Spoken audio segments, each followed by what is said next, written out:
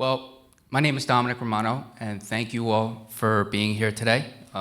This is actually amongst many of my firsts.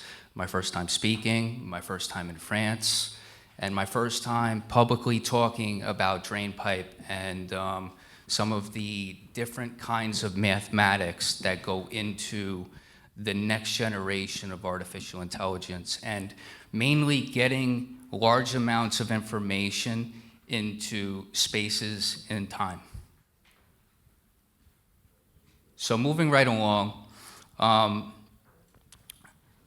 when I first started working on drainpipe, I set out to create a very simple tool. The simple tool was to be a NLP tool that was going to simply label alpha text and in large amounts for multiple users, right? And when we first set off to do this, we used existing technologies that were already out there, such as other libraries.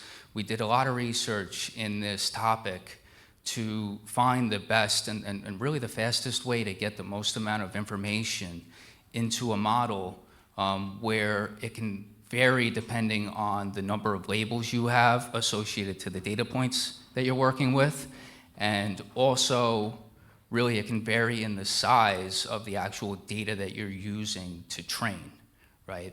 So in early tests, we started off with a 4 gigabyte CSV record, and at that point it took over an hour and a half to fully process and train this data into a workable model, which it's not scalable, and that doesn't work in the long term. It doesn't get you solving problems the way that we need to solve problems in order to really progress for technology, for the advancement of humanity.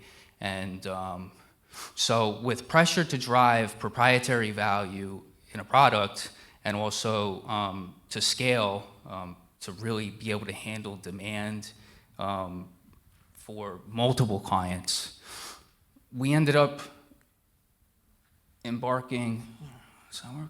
There we go. So we ended up setting out to build this simple product, and it ended up turning into an expedition in technology, because what we ended up uncovering was that in order to actually solve this problem, we had to think about reducing the amount of time that certain computation takes. And we had to think about reducing the amount of space that the data that we are actually computing occupies. And also, we had to think about increasing new information yield from that data, right? So what that means is when you're working on tasks, let's say, every single one of you here has probably had blood work done before, right? And blood work sometimes takes 3, 4, 5 days to come back to you, and it shouldn't. The truth is in many cases along the supply chain of our life, and the feedback cycles that we rely on in everyday life and in technology, there's very inefficient computation that's taking place, and it's increasing the amount of time that things take to give us valuable information that really we could be using in our feedback loop of everyday life. So it turned into an expedition in technology. And so in order to really address these problems, you have to think about how we intervene in time. And what is time? Time's a sequence of events, and perceivable and imperceivable events. There are things that happen in time all around us every single day that we don't always perceive. So what that also leads to is that throughout humanity, humans, from the days of us clicking rocks together in the earliest days of humanity, we went from this clicking rocks together to having advanced civilizations and buildings and skyscrapers And that had to have happened from human beings defining the consumption of their time to intervene in the progression to inform an outcome, right? Because really, we have to intervene in the progression of time in order to reach a desired and favorable outcome in our lives. If you don't make a very effective use of your life and of your time and of your existence, you're not going to achieve the goals that you hope to achieve if you hope to achieve some goals. So we started thinking when I first set out to build drainpipe in January of 2020. I started thinking about data in very unique ways. First, I wanted to think about how you spatially orient data, very similar to a video game, right? And this region that we're in is very rich in fascinating history that involves distributed computing and artificial intelligence. So looking back at some of the really advanced work that CERN does today, I really wanted to start thinking about how we can spatially orient data so that you can generate new information from it by treating data like particles, in a sense, right? Because at CERN, they take trajectories and collide them and uncover new information as a result of it. Well, what they're doing at CERN is they are simulating the creation of time.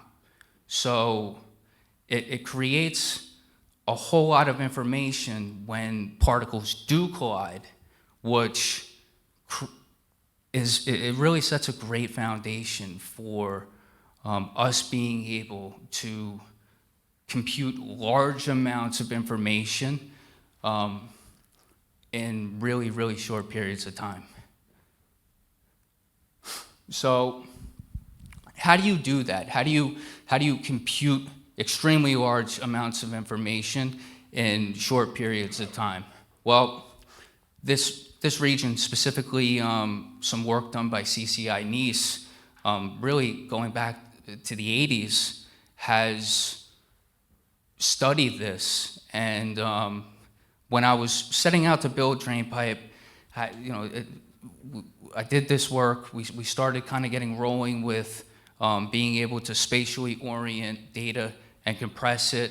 And once we really had the base of it going, we were able to get enough momentum moving along that we attracted some of the best talent and researchers in the Western Hemisphere to join us in validating some of the work that I personally have done to make a system that can actually do this. And some of those researchers actually were involved in parallel research with CCI Nice. And some of this goes back to the history of artificial intelligence, which, if we remember, in the 80s, there was a AI scare that Japan had developed a supercomputer that was so powerful that they thought that Japan was going to take over the world, given their computational strength.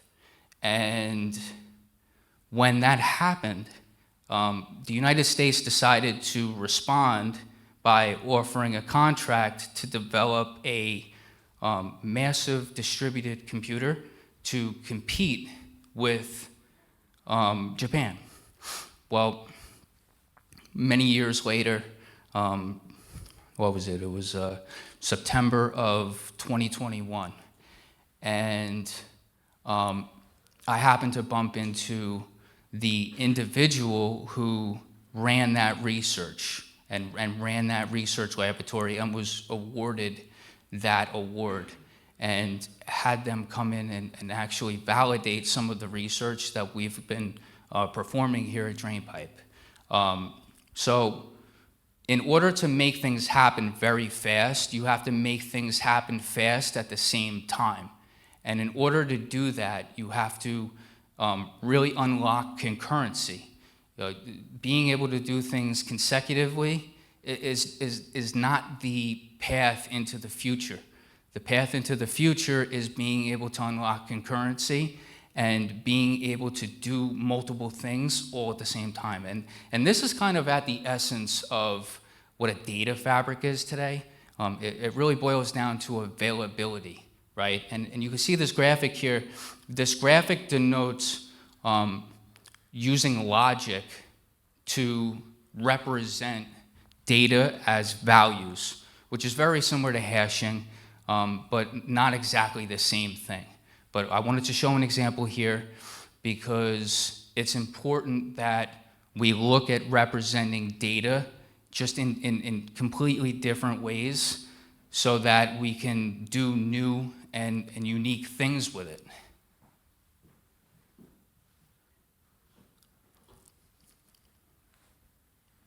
So in working on this project, there was quite a few mathematicians that I had to study, and I had a great bit of help from some really brilliant minds. I was lucky enough to have a wonderful angel investor that introduced me to the former systems administrator of NASA's numerical aerodynamics simulator. And me with having a video game development background, it really helped put into perspective for me that by spatially orienting data, there's a whole lot of new and unique things that you can actually do to transform it and to compress it and to extract comparable value out of it. And some of the mathematicians that have influenced my thought over the last 2.5 years since I've been working on this research at Drainpipe would be like Joseph Fourier, who worked under Napoleon, and obviously he was the person who laid out the Fourier transforms and also decrypted Rosetta Stone. You have Jon Von Neumann, who was instrumental in laying mathematics that was associated to quantum math and quantum computing today. You have Bernhard Riemann, who was deeply involved in spaces and looking at infinite spaces, so taking infinite numbers and infinite points and putting them into a space and representing them. Then there's another name that you don't really hear of as frequently, which is Herman Minkowski. Minkowski is a special name because he managed to map or come up with some explanation for what reality is. And he included the forward-looking funnel, the future funnel, and then the pastime funnel, and where they converge to actually explain what reality is at a given moment, right? And then, of course, there is no talk that one can give that's titled Space-Time and Information without mentioning the late, great Professor Hawkins. So some of these names were the types of, they really were the mathematicians that helped influence my thought process along building Drainpipe, at least breaking down some of these problems into just mathematical combinations, right? So when we started building Drainpipe in January of 2020, we started off with this task of a 4 gigabyte CSV file taking over an hour and a half. And then we got it down to about 2 minutes by using certain combinations of spatial mathematics, topology, and hashing. So what this allowed was it allowed us to fully unlock concurrency and make things happen a lot faster but it also allowed us to get a whole lot of information into a really tight space and train AI models that can respond in very low latencies. So in my kind of wrap up, what I want to say is it's very important for our future and looking forward that we start looking at ways that we can use existing mathematics from the past in new and creative ways, because when speaking with many of my own advisors, one thing that I've been told very frequently is that today we only understand 1% of the world around us, right?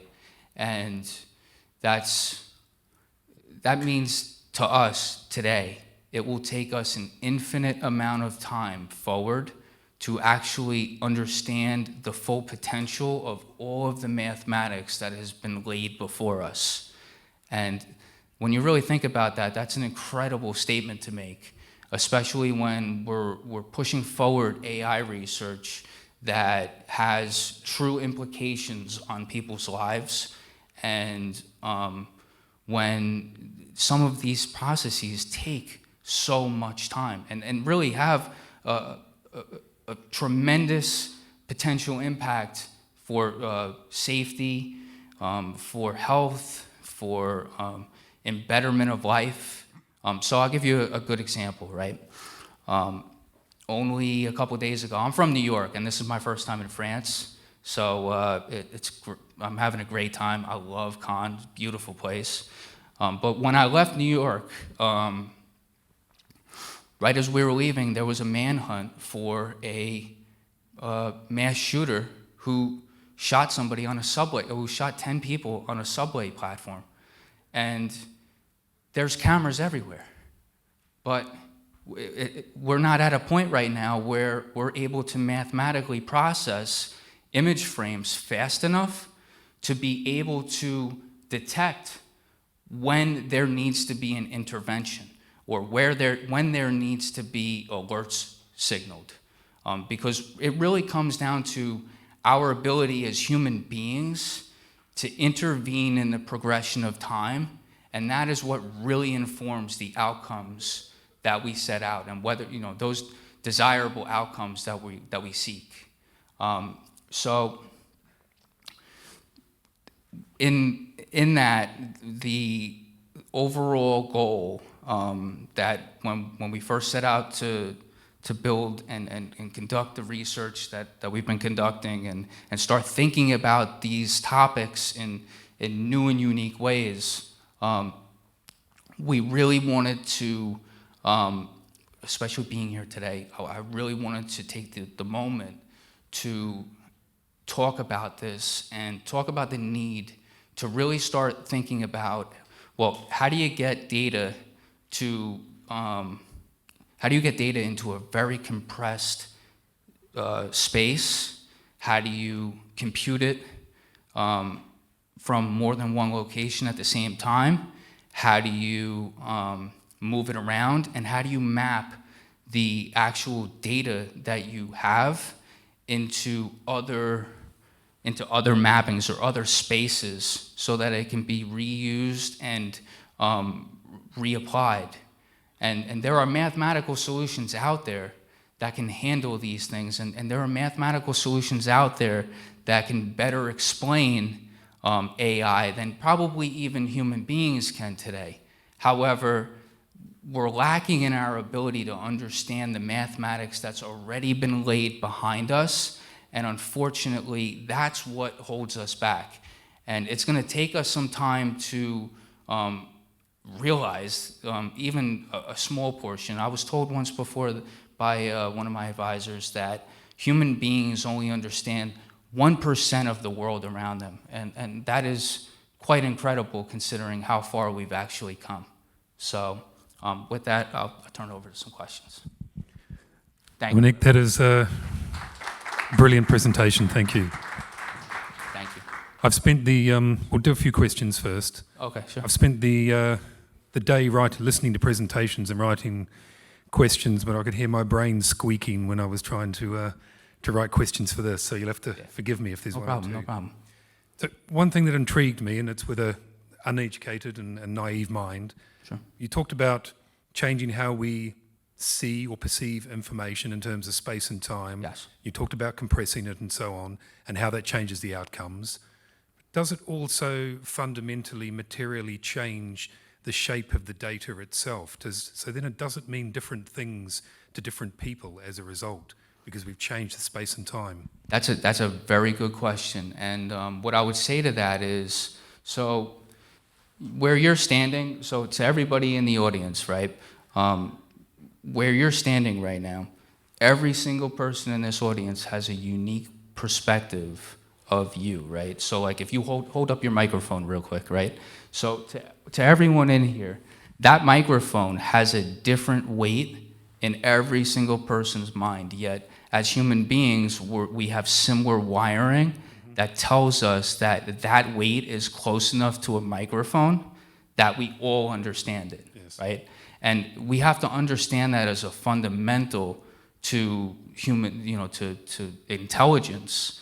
And if we're able to do that appropriately, then I believe that problem really doesn't exist, because it's more a matter of the supply chain of where you're sourcing information from, and less of the value of skewed perception or potentially skewed perception. Yes. Does anyone in the audience have questions for Dominick? I had one more then before we depart.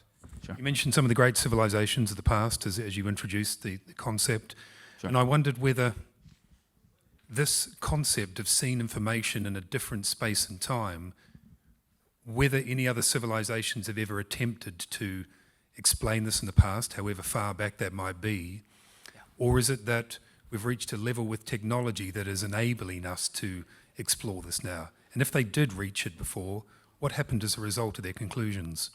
That's a great question, and as someone who's been conducting some math research, and I'm not going to stand before anyone and say that I'm like a mathematician or a highly qualified math researcher, because I set out with a goal, and I had a problem that needed to be fixed, and I've worked really hard to just solve those problems. But what I can say is that if you go back even and look at biblical text, there are clues hidden to understand numbers, even in numeral theology, that help better explain why you even need to have data in why we have 3 dimensions. So if you look throughout history, there are clues written going all the way back even to like the Rosetta Stone, where it explains why we have what we have, and why the numbers exist in the way they do. And I think that's always been at the forefront of human exploration, right?